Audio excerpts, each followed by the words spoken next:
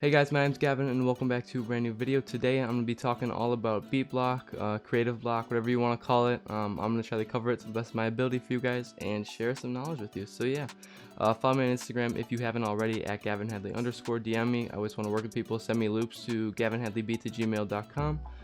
Follow my Twitter. I'm pretty sure it's at gavinhadley_. Again, there. Subscribe if you haven't already. We're on our way to 900, quickly approaching. So yeah, actually let's get to 1,000. That'd be cool. But yeah, today I made a list of a bunch of things that you can do to help deal with your beat block, creative block. I personally call it a creative block. I like saying that more because it can apply to more areas of your life than just music. So yeah, whether that's like graphic design or wherever else you do. I don't know exactly what you guys do, but yeah, let's start. So I have a list here of a couple things that I want to talk about. So the first thing is what everyone basically tells you, and that is to take a break, and that can work absolute wonders on your mind and like resetting and overall just getting you back into that creative space. So I'm actually going through a creative block right now, and as you can see, my wall is no longer green. I have something hung on it.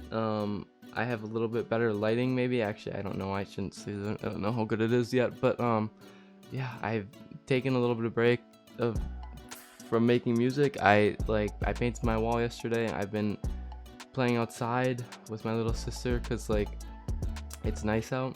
I'm trying to reset my mind. I've been playing Minecraft. I sound such a I don't know. I've just been having fun, and I feel like that's really important, especially with the time that we're in right now, where stuff is like all serious and as it should be, but you gotta like, I don't know, you gotta relax, take a step back, and just refresh your mind so you're not angry, annoyed, or whatever. Because like being angry at a tool to make music on your computer is just not something that you guys and any of us should have to go through. So yeah, that's the first tip. The second tip is try new things, and what I mean by that, all over the place. Like, you can take that many different ways. What I mean when I wrote that though was like, say you're in FL Studio and you normally start by laying in the chords of your melody first. Maybe switch it up and instead of doing the chords, do a top melody, or start with like a flute and lay down like a flute melody, like a really complex one, and then go in and add like simple chords with a different instrument or something like that. That can kind of reset your mind and get you into new, I'm not going to say habits, but just new ways of thinking.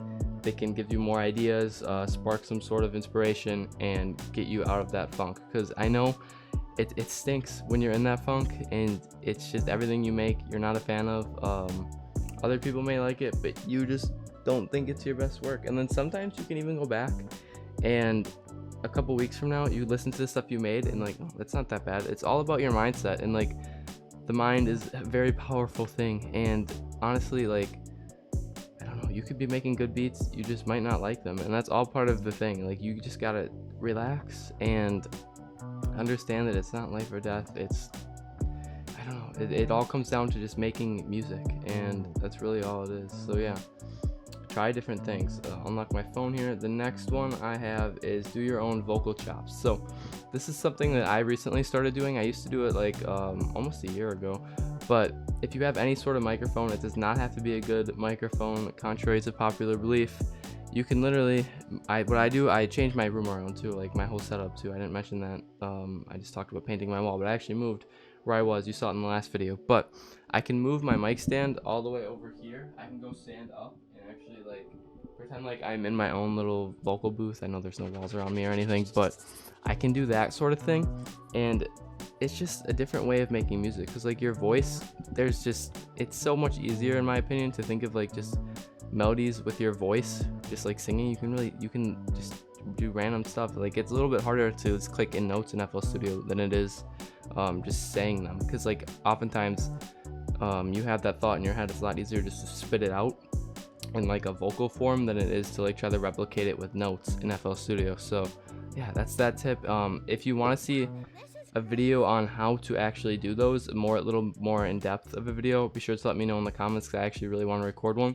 I think it's really an interesting topic that a lot of producers need to do, because it really is like, I don't know, it's a powerful thing that you can do, and it's not as hard as you might think. You do not have to have a good voice, in my opinion, whatsoever. So yeah, hopping into the next one, backtracking. I'm pretty sure this is what that's called, but basically I learned this from Georgie. He is an internet money producer, and he talked about it in one of his videos about creative blocks. And basically you get some other, it could be one of your beats, it doesn't have to be a beat, just any piece of music.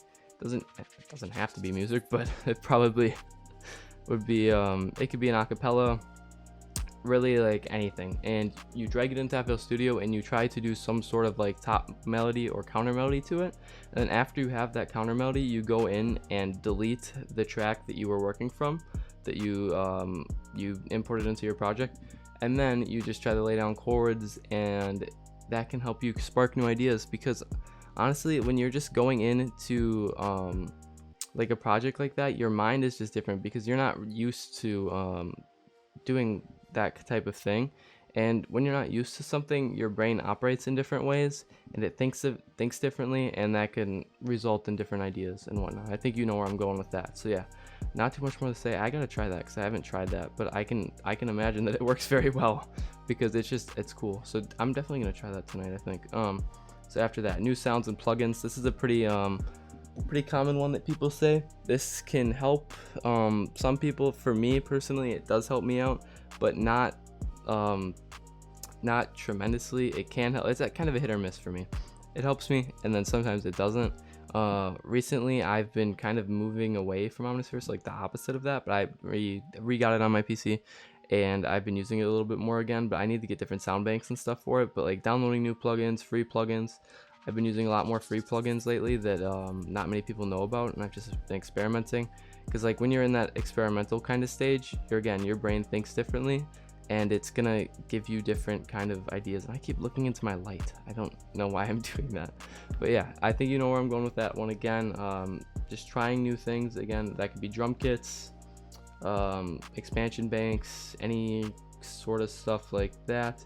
And then challenging yourself. So I've talked about this a little bit in the last one, but for me, my challenge was kind of to eliminate Omnisphere for a little while, because I felt like I was kind of a little over reliant on it. And I wanted to like force myself to find sounds that maybe weren't like the best of quality in a way, and I wanted to work on my post-processing skills to make those sounds sound better and give it like a more sampled, kind of cool, unique sound, like trying to flip it a little bit. So other challenges that you could do, you could just do funny stuff, like let's see what I can make without any sound, so I can't even hear the beat, or you can't delete a note once you put it in, like just random challenges that I'm sure you've seen all over YouTube. You can do that. You can do, I'm not gonna say hold yourself to a certain amount of beats per day, because that's kind of I feel like that can be kind of toxic for some people, depending on like what mindset they're in. Like right now, if I told myself to sit down, you have to make 5 loops before you can get up, not gonna be my best work. That's all I know. And yeah, so that's another thing you can do, challenging yourself. Moving on to the next one. I wish my thumbprint worked, but it doesn't really matter because I'm on a 6S, so I shouldn't really expect it to. So analyzing beats and midis, but make sure not to compare yourself to other producers. You've heard that all the time, and it's for good reason. It does not do good whatsoever to compare yourself to another producer. Music is subjective, and yeah, personally, I don't like any of my beats that I make, but I know other people do, so that just goes to show that, like, it doesn't matter what other producers are doing and what other people think of other producers and you and that kind of stuff. So back to the main point of analyzing stuff. So what I do this with my friend because he knows a lot more about music theory and he teaches me stuff. I go in and I have Nick Mira MIDI kits, and it's mainly Nick Mira because that's like the only MIDI kits I have at the moment. We go in, we analyze different chord progressions, chord shapes. I recently found out about the I forget what it's called, so I'm not gonna say it, but a different type of a power chord. That's what it's called. It's like a guitar. It's basically an octave. So like, and it's an A4 and an A5, and then like the 5th of the chord in the middle of them. So, and if you don't know what I'm saying, because I barely know what I'm saying, to be honest, I'd highly suggest that you learn some form of basic music theory. It doesn't have to be crazy, because music theory doesn't really help you with coming up with ideas. it helps you with like replicating and understanding how stuff is made. So that's like a common misconception that I'm definitely gonna make another video on, and I think I'm gonna have my friend help me with that one, or maybe he'll make it. But yeah, so I go in, I try to like analyze different ways that they do stuff, not to copy it, just to know. And I feel like that knowledge, it can just go a long way and just spark you with different ideas, and just give you like a better sense of what you're doing when you're making melodies. And another thing you can do is like recreating beats. I recreated Slat by Ty Fontaine and Little Spirit. It's like it's a little bit down in my feed. It's like a month old. I posted the instrumental to it, so check that out if you haven't. But yeah, we recreated that, and it helps me just understand. And I feel like having an understanding of just more music related stuff can definitely help you when it comes to making your own stuff. So yeah, that's that one. Let me unlock the phone again. I'm trying to do this like I'm trying to barely edit this video, just keep the pace going here. I talked about recreating beats there. Watch tutorials, but don't compare yourself again. This is a common one. I'm sure everyone's watching tutorials. Like, this is basically a tutorial in some way of how to not get beat block. You're gonna get it, it's inevitable, but how to like manage it and kind of get rid of it in a way. So yeah, I watch tutorials, all sorts of tutorials. I watch so many YouTubers, and yeah, I just try to pick up new things, not copy. But if you're a new producer, I would recommend that you just go into like FL Studio and straight up like just follow along with the tutorial, like clicking in the notes that they do. It sounds kind of dumb because like you're not really thinking when you're placing them in, but it definitely does do something. And anything in the whole music thing is better than doing nothing. So even like, say I'm not making music for a day, like today I'm doing a bunch of stuff behind the scene with my friend again, and like this, even though it might not be like the biggest deal, it does help the overall quality of my videos, not having a lime green room, and not having a lime green room, because that's not good. But I don't know, it makes the overall process go a lot more smoother if you're always doing something that will benefit you long term musically or whatever you're doing. Because you could be a graphic designer watching this video right now, even though it is geared towards producers, because really it kind of fits all in the same general realm. So yeah, that's that. And then the last one I have on the list is to relax, because at the end of the day, it's really just, it's music, and it's meant to be something that people enjoy, and that should mean that you also enjoy making it, because it's just supposed to be fun. Obviously there's going to be times where it's not so fun, because at the same time it's kind of a business in a way if you're over towards like the industry side of things, and overall trying to market yourself and get yourself noticed. That's obviously not the creativist parts. It's a lot of just grinding and just throwing stuff at a wall and hoping it sticks, but that's not the fun part. The fun part should be making the music. And right now, if you have this beat block or creative block, I'm assuming that it's probably not. So yeah, and I also have one more thing I want to talk about, and that is like, this applies for just during this quarantine time that we're in. Appreciate this time for the fact that you have one of the best opportunities to make music right now. And obviously this whole situation is not good, but appreciate it and take the positives out of it if you're a music producer. I don't want to sound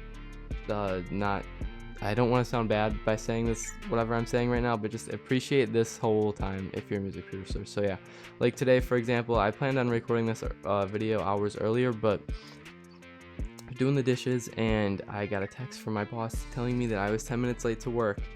That's not a good feeling, and it makes you mad. And I keep looking into my light, so I'm blinded, but it makes you kind of mad. So I got to work 20 minutes late, kind of angry, and it just made me appreciate and value this time more, instead of taking it for granted. Because I feel like if you take it for granted, you don't get that same feeling when you are making the music.